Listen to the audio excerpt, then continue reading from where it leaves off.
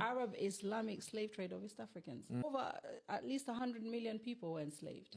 That was before the transatlantic. Hundreds of years before. That's why you have Zanzibar, bro.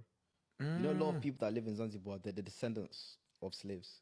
Okay. But they call themselves Swahili because freeborns at that time were Swahili. So Swahili became a euphemism for ex-slave. I did not know that. At least 700 years before the transatlantic slave trade. Wow. Yeah. And in that slave trade, they took majority women, African women and girls. So it wasn't just human trafficking, it was sex trafficking as well. Wow. And they don't talk about it. It's on the hash. If you know, you know. If you don't know, you see that channel is still open because there's issues. They're taking so-called domestic workers. Yeah, That's right. Yeah. It's sex trafficking.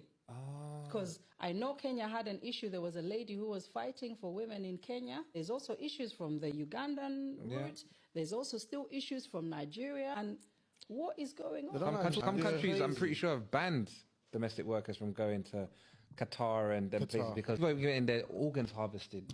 Yes, there's that as well. Yeah, people come back with no kidneys. It's crazy. You see? So there's a lot of history for us to read. What are we doing?